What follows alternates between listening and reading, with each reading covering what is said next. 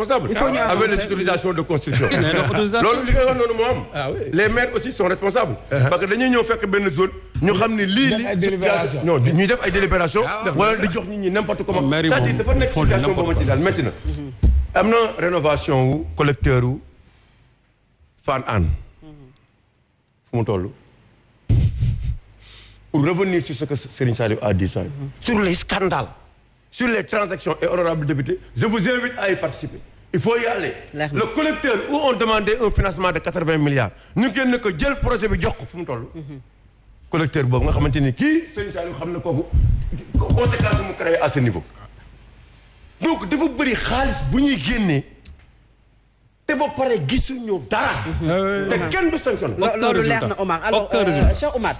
mbiru inondation yi également daf ci am ñoo xam ne seen responsabilité souvent population bi dañu koy wax te dégg nañu fii ci sunuy antenne population bu wax ne gisuñu assistance des autorités bu ñu ko waxee nag autorités locales yi la bokk na ci maire yi nga xam ne jàpp nañu ne inondation bokkul ci seen ay compétences mais est-ce que waruñu di secourir les populations bu ñu nekkee ci jafe-jafe yu mel nii. non man moom ci li ma jàpp.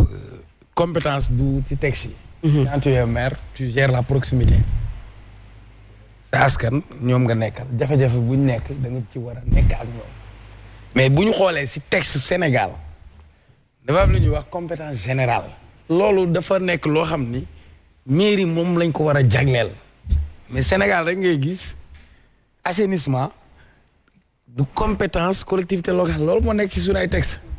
par exemple mbalit muñ tuur si boobu koñ bi sa koñ bi nga dëkk mbalit muñ fa tuur noonu mairie bi nekkatul ci compétence am parce que dindi nañ ko créer UCG assainissement dindi nañ ko boo dee maire ci sa budget amoo rubrique booy bind assainissement ça veut dire que parfois dañuy góorgóorlu mais la vérité mooy les maires n'ont pas les moyens de faire face parce que tout simplement l'état central moom moo téye les moyens ci kaw bu fekkee ne dañ bëgg a gérer dëggantaan il faut que moyens yi ñu wàccee ko parce que mënoo defar dëkk te jëloo les acteurs sociaux à partir de la base vous allez à Diamaguène je peux citer ci Ernest Dieng c'est un jeune citoyen day takkale à gauche ci ay copains ki indi carburant ki indi motopompe mais parce que tout simplement limite yi ñu am ci suñu ay politique publique foofu la commencé état bi nag ci kaw dina naj affaire yi ñu séddale marché yi ping pongee ko gis nga corona nu mu amee business noonu la inondation amee business am ñoo xam bi ñu juddoo ba tey ñoom ci inondation bi la ñuy business ci la ñuy job am na ñuy soxla garaawaay.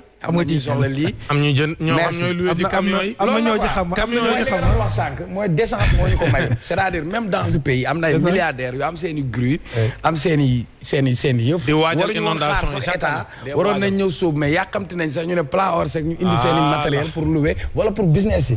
mais xam nga ci biir waxtaan bi daam am na lu mu esquissé Omar esquissé ko c'est-à-dire sunu réew am nañ ay borom xam-xam wala amuñu ko man loolay sam problème am nañ seen i militaire am nañ fi ay ingénieur am nañ fi ay borom xam-xam war nañ mun a am solution mais gis nga lii ñu am ni yëpp c'est la conséquence lii ñu am ni ay conséquences c'est-à-dire man gëwuma solution chaque année ngacc motopompe jënd carburant pour man c'est pas une solution il faut ñu jóg comme li nga solution conjoncturelle boobu nga yow Abdoulaye am na yoon bu mu wane woon plan Jaxaay nañu quitté ñu nekkoon Médina Gounass et cetera yóbbu leen plan Jaxaay wutal leen ay kër Macky ñëw na taw fa il faut une restructuration globale ça c'est un mais beneen bi gis nga réew dafa am nu ñuy doxe dëkk bi dañu màgg il y a une demande forte il y a un boom démographique les gens dañu am question wu habitat nit ñi problème mu location problème mu dëkkuwaay nit ki nag su amee niveau de vie am pour mu nekk en sécurité premier besoin pyramide de Maslow c'est la sécurité avoir quelque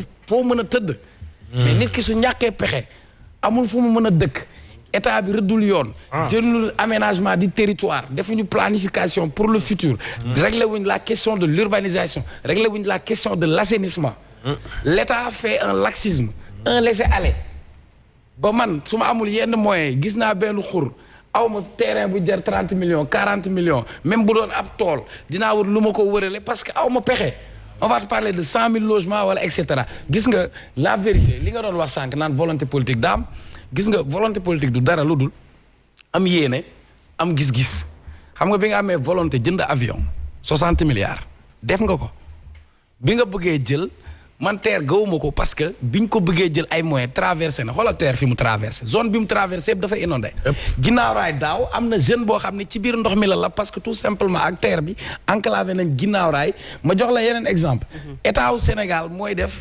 ñu indi projet sur la zone des Niayes comme l'arène nationale ñu def ay études techniques et environnementales pour dire que lii impact bi baaxul ñoom ñu gëmm seen yooyu yëpp def ko fa je te donne quartier yi ma lay wax yu existant la su la neexee suba ngeen ni sa caméra ñu ànd fu musul inondé ma wan la ko Wakhinane Nimzatt nga dem quartier Ndiassane tu vas voir que bi Sinoa tabaxee arène bi dañ ko surélevé de telle sorte que ndox bi du taa ci biir arène bi day dellu ci kër yi ndox mi da doon dem sur la zone des Niayes da doon am yoonu boppam bi ñu ñëwee ñu def fa seen infrastructure à chaque fois ñu def fa infrastructure xooluñu impact environnemental bi ndox mi day dem wuutal boppam yoon c'est-à-dire liy dëgg ni ñuy mëqee suuf si inondation bi c'est une traite am na moto pompe yu daaw yi boo ko toppee sax di nga dem fekk ko ci toolu Fuuta yi ñu koy bayee ceeb.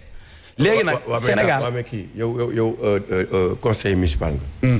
mais daam aussi maire aussi dafa war a am fulla. yaa fi représenté askan wi.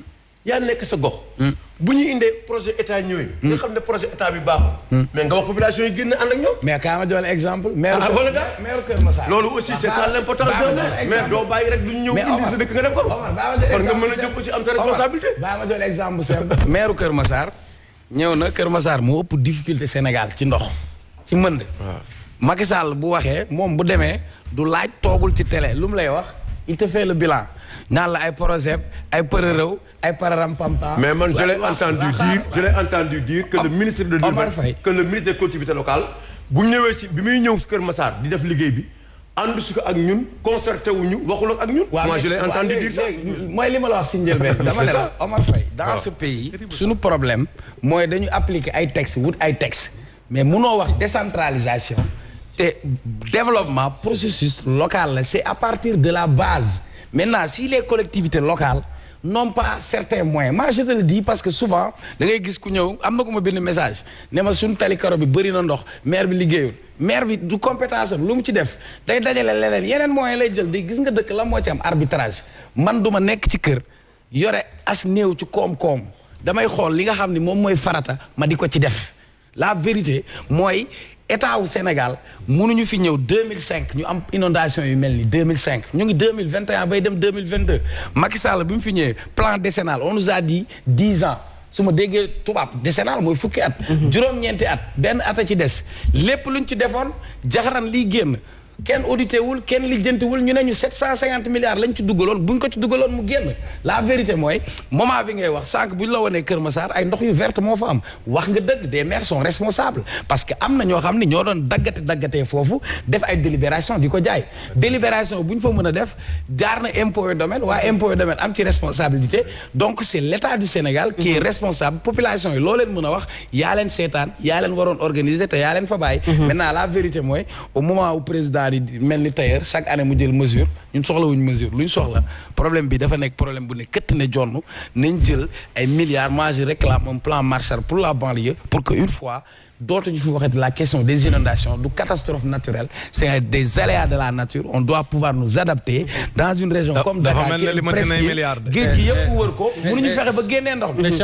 alors c'est tout le Sénégal qui a besoin d'un plan Marshall. mais c'est partout man Ngekoox je suis inondé Ngekoox. non mais c'est ça parce que inondation bi tout le monde en a besoin daaw waa Fanay ñoo ma woo Fanay jéeri village sama yaay Podor ñu ne ma dex bi dafa rëcc dindi ay zone ñi nekk frontière Sénégal Casamance ak Guinée-Bissau am jafe-jafe gisuñu autorité mais dama la bëgg a wax man li may wax tu vas aller à Médina Gounass am na secteur yoo xam ni même bu dul nawet nga ne da ngay jàpp nga dëgg sa tànk ndox mi ball parce que c'est sur la nappe phréatique. la nappe à fleur. li ñuy wane tey Kër Massar wala ñu koy wane Djiddah Thiaroye Kaw zone yi nga xamante ni defoon nañ plan Jaxaay moi je réclame pour que ñu def restructuration zone yi ñu mën a defaraat. nit ñi mën fa mais l'axe Diamaguène Sicap Mbao soo xoolee chaque année au moins ñun ñëpp seet nañu l'axe. Thiaroye mais foofu la Thiaroye. foofay problème bi. nga jëm Diamaguène. Sicap Mbao zone boobu Jaksaaw Tivaouane Jaksaaw waaw Tivaouane Jaksaaw zone boobu entre donc muy diggante bu mais xoolal mais dama ne chaque année route nationale bi day dagg mais daam léegi exemple waxuma la bala ñoo wax ci kër yi route nationale kenn du fa jaar daam léegi fii ñu la wan ni si télé bi. mooy poste Thiaroye. poste Thiaroye moo uuf li nga xam ni mooy Thiaroye sur Mer. biir Thiaroye Azur a ngi nii. géej gaa ngi nii Thiaroye Azur di inondé. mais man sama problème du ma technicien. lii ci image mais Fadam dafa mel ni réunion palais bi ñoom ay limité milliards moo fa génn. daam s'il te plaît man benn damay samp laaj. non daam. dafa mel ni lam daan def la defaat. mel ni ay ñaari milliards la wax ak 300 millions dolli ko ca tabtal ko ca def naa yooyu la jël mesure. daam déglu ma moi j'ai un problème. Dakar mooy capitalu Sénégal. Dakar géej moo ko wër. y a des zones où il y a. voilà ñu ne presqu'île mais regarde fii yoo xam ni problème mu mécanique des flux la aussi. oui mais man li ma bëgg a wax. grand c'est que foog mu am benn temps pour ndox mi dem. ak système boobu mën di def. y a un problème. parce que c'est la nappe qui affleure. c'est-à-dire. c'est ça ça aussi il faut. les gens qui pratiquent la route nationale. pour quitter fii à partir de poste Thiaroye ba Rufisque mënuñu dem mënuñu dikk. du point de vue économique. c'est ça tali bi. route nationale bi bu fekkee route nationale moo accueillir lii les abords du route nationale c'est-à-dire quand je te parle de Tivaouane Diacksao quand je te parle de Diamaguène Sicap Mbao quand je te parle de Thiaroye sur Mer Thiaroye Gare alors que géej gi moo ko gox yu bari Cheikh Oumar lan moo tax techniquement bu ñu xotti woon yoon tiwo yi ñu def BRT bu ñu defoon fi ay tiwo am ci une volonté politique et d'ailleurs ndox mi mën nañ ko transformer pour def pisciculture pour def du maraîchage foofu la ñu waroon toll nan la ñu mën a utiliser ndox mi mu nekk avantage plutôt que muy nekk problème c'est une question de vision mais aussi une question de volonté. Alors c'est clair dañu dem c'est très important sujet bi li tax mu am importance moom mooy askan wi présentement mais Eiffage ñoo wax ne kenn du bënn dugal seen i tuyau connecté wu seen réseau. Gérard Sénac moo ñu colonisé. c'est-à-dire que temps yi. waaw moom la ñu commencé tiit. Gérard Sénac colonisé nañu. Cheikh Omar on s'écoute s'il vous plaît. bi askan wi commencé génn nii. la ñu tiit mais pour eux ils avaient leur propre réseau d'assainissement réseau de canalisation. léegi gars yi ne dañu war a def connecté wu si biir parce que sinon ndox mi du mën a jàll. ñu bañ mais temps yi ñu ngi commencé nangu bu ñu nangul gars yi ñoo ñëw fekk leen foofu ak seen marteau ak seen kii tuel bënn ko.